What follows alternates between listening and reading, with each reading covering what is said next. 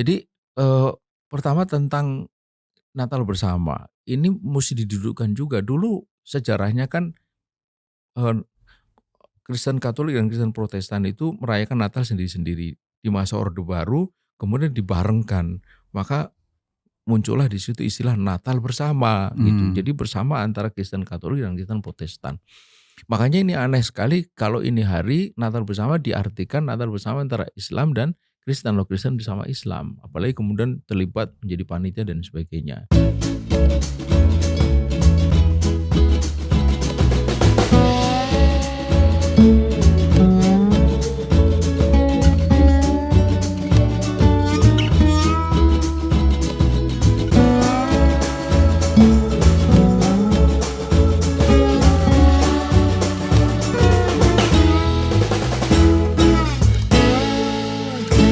Bismillahirrahmanirrahim. Assalamualaikum warahmatullahi wabarakatuh. Waalaikumsalam. Pemirsa yang dirahmati Allah Subhanahu wa taala, kembali kita bertemu dalam program Focus to the Point.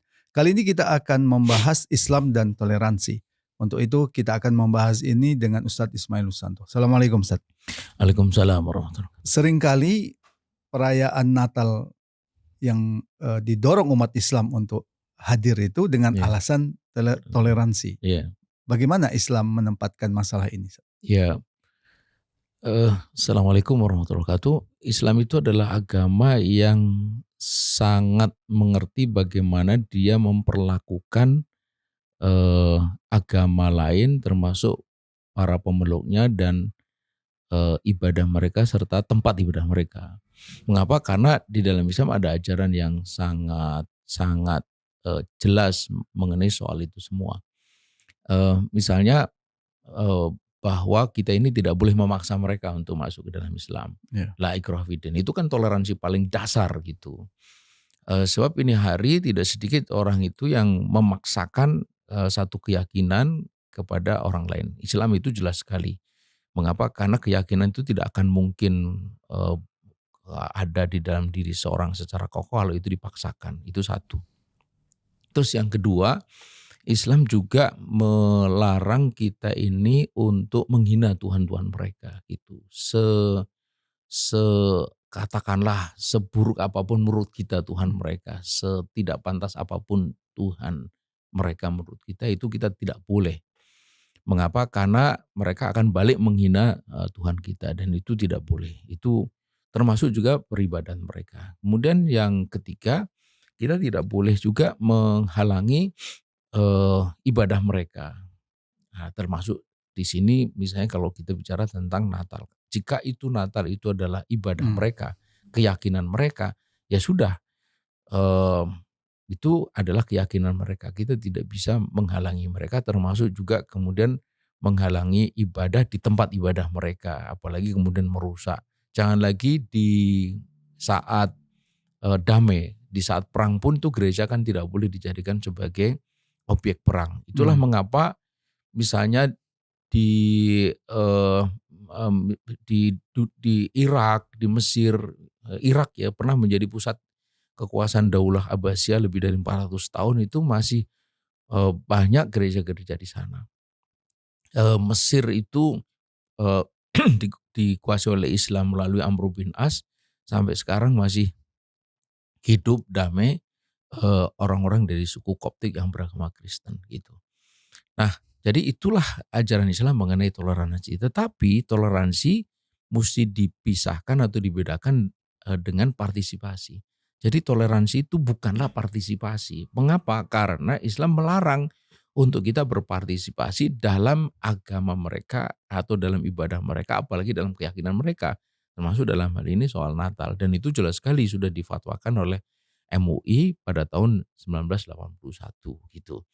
Nah, jadi kalau kemudian sekarang ini atas nama toleransi ada umat Islam yang ikut serta dalam perayaan Natal bersama, apalagi kemudian tidak sedikit di beberapa instansi itu menjadi panitia, itu toleransi yang kebablasan itu.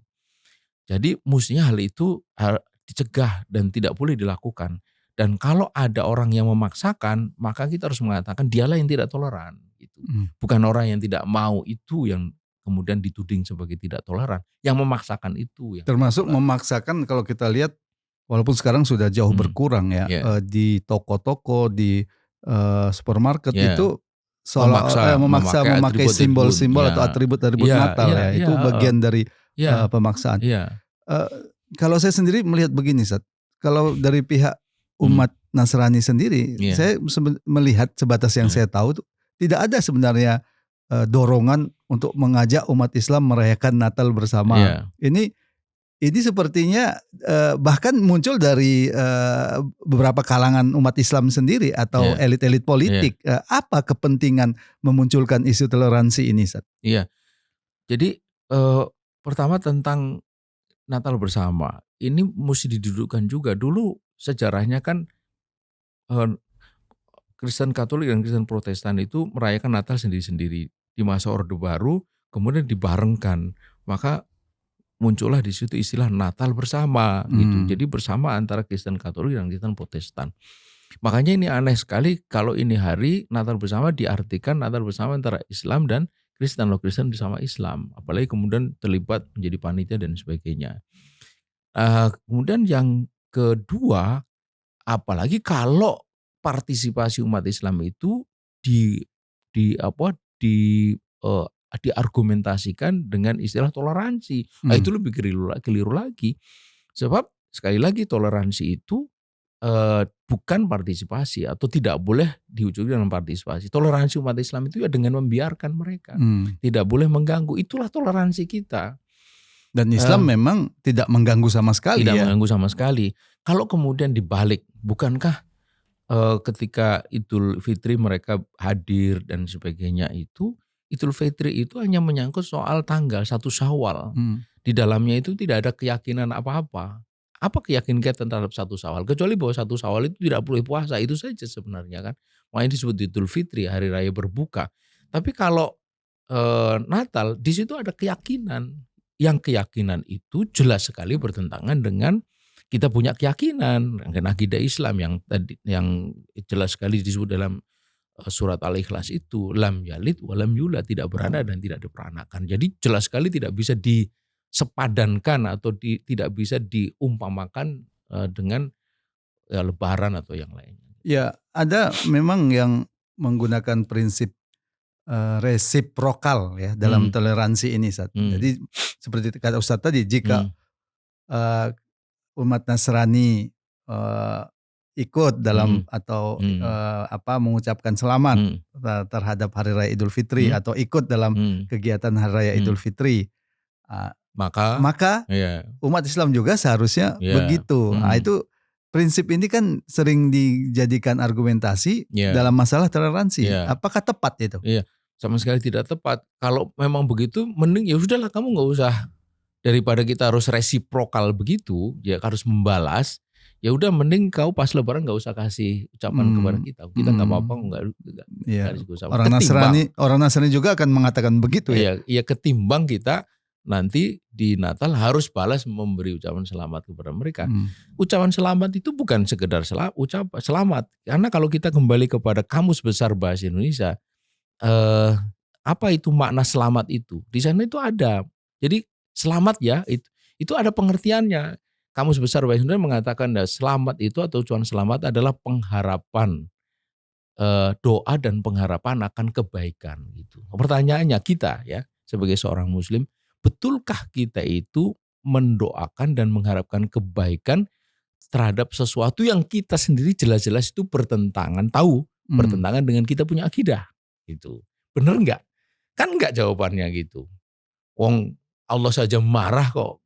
Kalau Allah marah itu berarti bukan kebaikan, itu pasti keburukan gitu. Jadi dalam seperti keyakinan kita. Ada orang yang berzina, kita ucapkan selamat berzina. Kira-kira begitu ya? Nah, iya kayak gitu kan. Atau ada orang korupsi, selamat korupsi gitu. Atau selamat Anda tidak sholat gitu. Oh iya. Iya. Gitu. Satu lagi Ustaz. Kadang-kadang kan pendekatannya itu perasaan ya. Sering kita lihat misalkan dalam satu keluarga ada yang Kristen, ada yang Muslim, kemudian merayakan Natal bersama, merayakan Idul Fitri bersama. Komentarnya kan indah sekali, harmoni sekali, tentram sekali, damai sekali. Bagaimana Ustadz Ismail melihat pendekatan-pendekatan perasaan seperti ini? Kelihatan memang indah gitu. Ya, Tapi apakah benar? iya.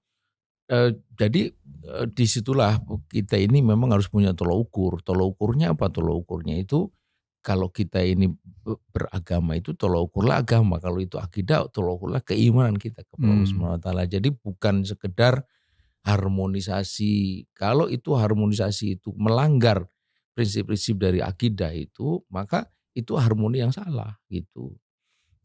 Karena keridhaan itu bukanlah ukuran ya. Orang memberi riba, memberi kemudian menerima, itu kan sama-sama senang gitu. Sama-sama happy, harmoni gitu. Tapi apakah itu benar kan enggak? Eee, Nabi mengatakan laknat Allah kepada yang memberi riba, yang menerima, yang memakan, yang menjadi saksi, yang menjadi penulis. Itu kan menunjukkan bahwa meskipun secara dhohir atau secara faktual itu tampak semuanya happy, tapi itu bukan kegembiraan yang benar. Nah, gitu. Jadi perasaan kita itu harus Harus ditundukkan dengan ketentuan ketentuan Islam ya, syariat Islam. Sama halnya kita merasa benci terhadap kemaksiatan, ya. Kita merasa benci terhadap perzinahan misalkan. Itu harus ada karena perintah hukum Allah tentang itu. Benci terhadap kemusyrikan. Ya, apalagi itu bertentangan dengan akidah yang sangat prinsipal tauhid. Iya. Baik, terima kasih Ustaz Ismail. Pemirsa, demikian tadi perbincangan kita tentang Islam dan toleransi. Bagaimana kita memposisikannya. Semoga bermanfaat. Assalamualaikum warahmatullahi wabarakatuh. Waalaikumsalam warahmatullahi wabarakatuh.